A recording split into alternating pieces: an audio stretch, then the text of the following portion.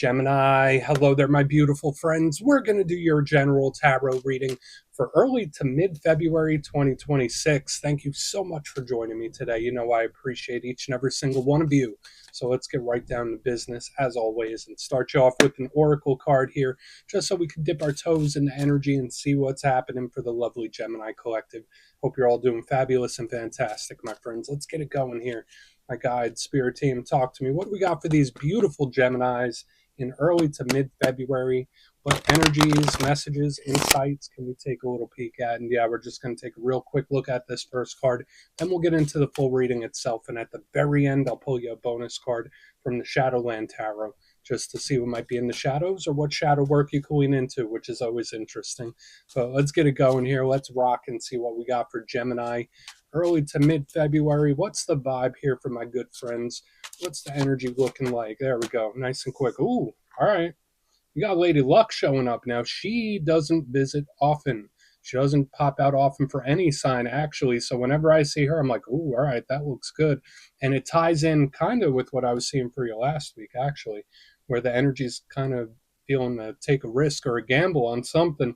But before we fully dive into that, if you're new here, I'll be speaking about the February subscriber surprise towards the end, so you might want to check that out. And also, if you could kindly illuminate that like button by tapping it right on its third eye, I'd greatly appreciate it. But enough of the promo, back into the reading. Let's talk a little bit here about Lady Luck. Just love the imagery here. And you see the cards and the poker chips and the slot machine. To me, she reminds me of the Wheel of Fortune, technically. Like, if I'm giving her a tarot equivalent, this is good. Now, yeah, there's some drawbacks when a card like this shows up, but I always go optimistic first. So whether some of you might catch a lucky break or a swing of luck or something that wasn't looking too hot actually starts looking good, first and foremost, I always say she looks like luck will be on your side, which is great. So we like it, we claim it. It's beautiful, and she is rare. She doesn't show up often for anyone. The downside to this energy is, yes, it can be a little risky. So for some Geminis, you might have a lot more urges than you normally do. You might be willing to gamble it up with certain things, take a leap, take a risk. And we saw that all last week, and we'll talk about that further. So just know that energy could be lingering around, but this is always a good way to start. Like, even if we get some rough stuff within the reading, the fact that Lady Luck is showing up first is always a great sign, because it tells me, regardless of what's going on, things might shake out for you, which I know is hard to believe with some situations, but we're just going to let her chill out right there. Let's get into tarot. And yeah, I always say that first card, it doesn't make or break the reading. It's just a little footnote. So let's get you 3 tarot cards in the upright. Then we'll get into that intuitive juiciness.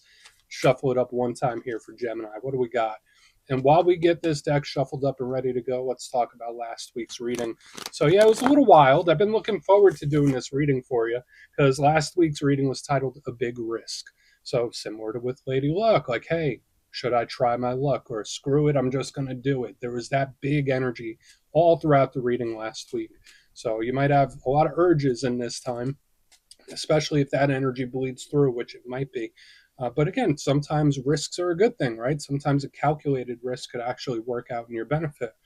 But yeah, to me, it did feel like someone taking a leap. So we're going to see what shows up this week. As you know, energy is very fluid, never set in stone. So when we take this out, it hits for you, because we could be seeing your vibe or somebody else, right? Let's get it going. 3 cards here for Gemini. What do we got for our good friends? What do we got? Oh, okay. Yeah, the deck is really wanting to talk to us. That doesn't match, but hey, we're taking it anyway. We got the 5 of Pentacles in position number 1. We're going to have to see how this reading evolves, especially like with what we've been feeling. And now we get this. It's like the total opposite. It's like, oh, what's going on? Why are you here, 5 of Pentacles? Let's get a couple more. Let's see what's up. That could be a lot of things. There we go.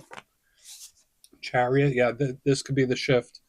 That could be the shift. That's the action right there. Let's get one more. Let's get one more here for Gemini, please. Thank you. Okay, the moon. Okay. Yeah, this energy where it's like, I'm just going to do it. I'm just going to do it. Like, it's still in the energy here. The moon isn't a bad thing, but I've noticed that a lot of signs have had a lot of water showing up this week in particular, more so than normal. But let's go through. I'll give you some of the classical meanings and archetypes, then we'll get into that juicy intuitive stuff. But at first glance, I always like to look at the elements first. It informs us how the energy is moving or the areas of life that could be important. And much like a lot of other signs, you have a heavy water placement and you have earth. Now, the combination of these two are always good. I always say, like, earth and water together, to me, is one of the energies of blessings and abundance. But water itself represents the internal world, the inside. So whether it's people or things or situations we care deeply for, maybe you're a little more emotional than you normally are. That's another theme I've been getting with the water. So again, whether it's things that we care for, things that are just hitting us in the heart, so to speak, it's great for creativity. It's great for expression, but it's intense. That's the thing. Especially like we have an intensity here, then a softer one. It's like they're doing a little ping pong. Um, the downside to water energy is it's always ebbing and flowing. It gets hot, it gets cold, it goes up, it goes down. It's always swishing around. But we do have Earth here to somewhat stabilize it. Earth represents your sense of security, stability. That's what the element is to me. It could represent the earthly matters, so material things. So think of money, work, career, finances, material security, home, family, living situation. All that stuff is under the earth umbrella. The downside to earth energy is sometimes it feels clunky, sometimes it feels stuck. But the way it flows, it's like the energy is a little heavy, a little clunky, and then boom, we have like a potential breakthrough. So we're going to have to see how it all plays out. Let's go through and start building this out piece by piece. Position number one, we're starting with a card that is kind of seen as a challenge card. And I mean, we'll talk about the good, bad, and indifferent with it, but we have the Five of Pentacles. Now, you see those people very cold, very chilly. They're out there in the snow. So for some of you, that might be the literal case, depending on where you are in the world. But this card does have some challenges. Now, I'll give you both sides. Some of the challenges with the Five of Pentacles that can represent issues when it comes to money and finance. So just watch the spending, watch the budget when this card is here. As far as interpersonal relationships, I often see this with people that are feeling lonely, solitude, seclusion, missing somebody, longing for something. So again, I'm not saying it's you. Maybe it's someone's feelings towards you, but there is this missing piece, so to speak, when this card is here. Worst case scenario, sometimes it could represent abandonment issues, or it could just be a problem in general. So we'll have to see what's up with it. Now, the good thing about the Five of Pentacles is that it's not permanent. It does represent a time of deep transformation where we're pulling stuff up to the surface, we're working through it, and then we're moving forward. So I love the transformative change based aspect with it, but sometimes it can be difficult. Right? Sometimes it can be an issue, sometimes it can be a problem, but it doesn't stick there for long. And again, there's like this isolation or loneliness, seclusion when this energy is here. Now, moving to the middle, totally different vibe. It's like we hit a 180 real quick. We got the Chariot. So this one is going. It's action. It's moving forward one way or another. Now, as far as zodiac signs, this could represent a Cancer. If it's not a zodiac sign, I think of distance and travel, modes of transportation. This energy is in flight. It's either coming or going. So we need to see what direction this chariot's going in. It's great when it comes to determination and willpower, where it's like, I need to do this, so I will do this. This is a can't stop, won't stop type of energy. So I love the oomph behind it. I love the zest when this card is here. But the downside to the chariot, sometimes it could be aggressive. Sometimes this energy doesn't stop, doesn't know when to stop. It'll barrel through things. And I always say, when it comes to chariots, always remember they were initially made as instruments of war, of battle. So there can be an aggression here, there can be anger here. Sometimes we just need to look at the clarifiers and see what's up. And again, sometimes this energy could loop back too. So watch out for cycles. So whether it's cyclical thinking or just cycles in general, where it feels like I'm living the same year over and over. Now, on the back end, we have another big switch. So that's a big theme I'm picking up this week in general, is like we go from here to that to the moon. It's like big changes, big shifts. Energy is flowing, and I don't want to say it's extreme yet, but the moon itself is very subtle, whereas the chariot itself is aggressive and it's pushing forward and it's making stuff happen. The moon kind of just lets things be. It's an energy that's like soft and quiet and subtle. Now, as far as zodiac signs, big Pisces energy, this could also link to Cancer as well. So there's a lot of Cancerian vibes around the Geminis this week. But aside from the subtlety, this is one of the cards of empathy, intuition, psychic gifts. So just know if you're an energy sensitive person, that could be extra heightened when the moon is here. But the biggest thing I always say about the moon, for better or for worse, it is one of the hidden cards. So sometimes it could represent secrecy, sometimes it could be the unknown or just the unexpected or surprising. So we do want to see what's up, especially with this little shift of energy here and then the moon in the back. It's like, all right, well, what the heck is this coming in? But it is generally soft, like it's an energy that just allows. So I want to dive deeper on all this, Gemini. Let's do it. Let's jump in and clarify. Okay, let's get a good shuffle here for you, my friends. What do we got for Gemini, please? Got. And yes, this is where I go intuitive with the message, which means I just tell you how it feels to me. So feel free to do further research or rely on your base knowledge of tarot, because as you know, every single reading is about the reader's interpretation, and I'm just giving you mine. Let's go in on that Five of Pentacles here. And yes, if you're a reader yourself, please feel free to play along. That's why the box is here. If you're feeling any messages you want to give to Gemini, you can drop it in the comments. I don't mind at all. Okay, let's get this Five of Pentacles going. Why is it here for Gemini? Why is the Five of Pentacles here? Cool. Oh, okay. Yeah, we need to see how this plays out. So we have the Devil in the upright underneath this Five of Cups. Now, for those of you that do read, you know this is not the most optimal alignment we can have, and we're not going to base the whole reading off of this alone.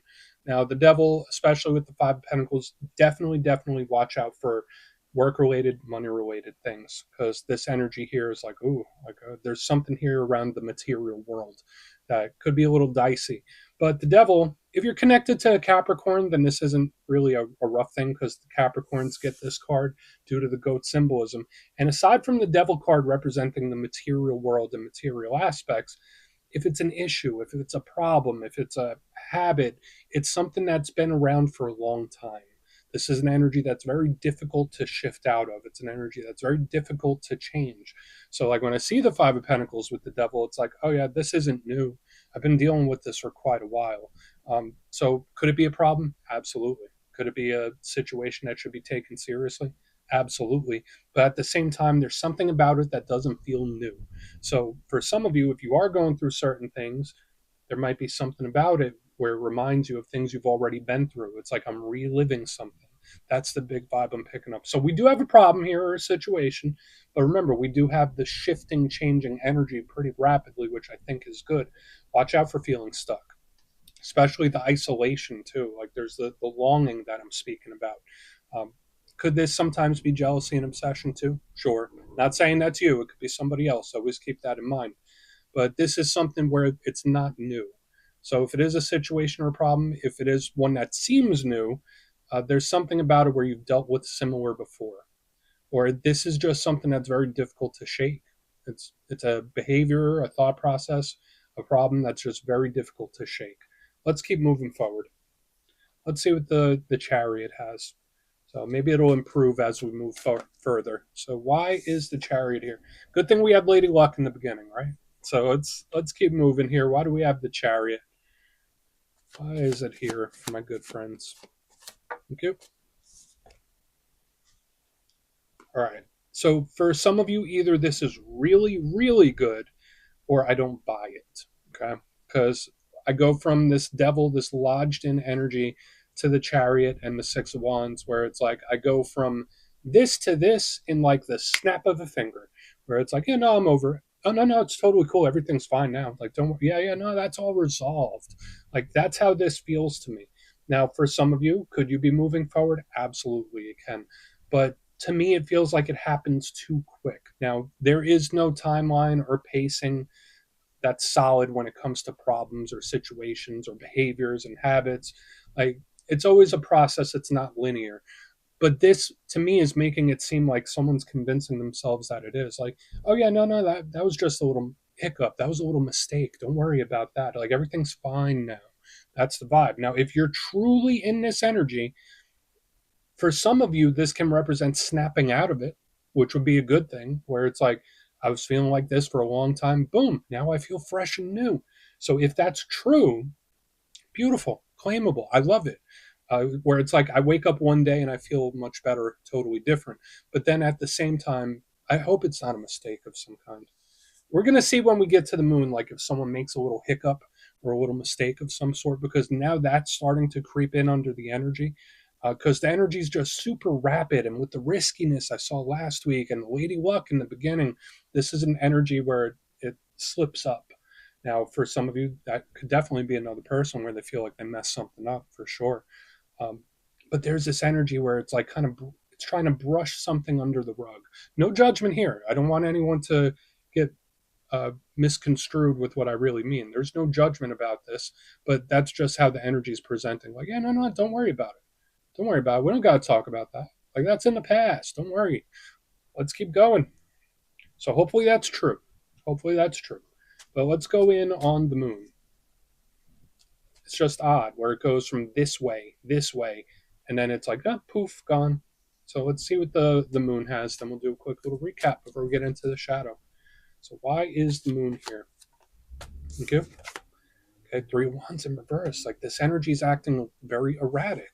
So I have the Three of Wands here, where the energy gets impatient, where it's like, no, yeah, no, I'm not waiting around. And again, for some of you, like maybe that's just how you feel about something you're dealing with, where it's like, I've dealt with this for too long. I've been dealing with this long enough. Like now's the time to move forward. If that's the case, beautiful. But there is this erratic nature. So I want to warn again, because I feel like this could be a very serious or important warning this week, because I saw it last week and I'm seeing it again this week. Please watch the urges. Please watch for just doing things without thinking them through.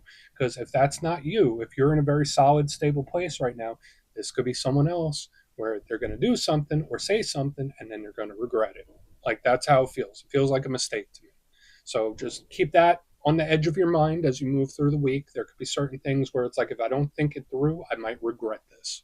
So that's just how it feels. Now, usually the Three of Wands is like very patient, calm. I'll wait for it to come to me. I'm just going to wait and see how it unfolds. Usually that's a good thing. But in reverse, it's like, screw that, I'm not waiting.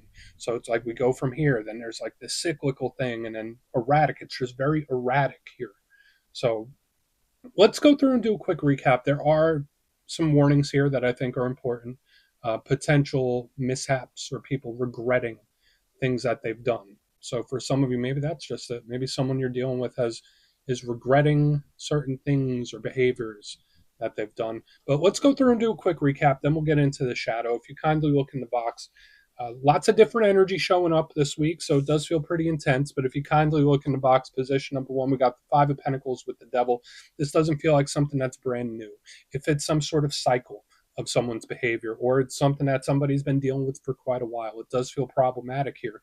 But moving to the center, it's like a magic trick. It's like here 1 second, gone the next. Or yeah, no, that was a really big issue, but everything's fine now. It's like I'm brushing something under the rug.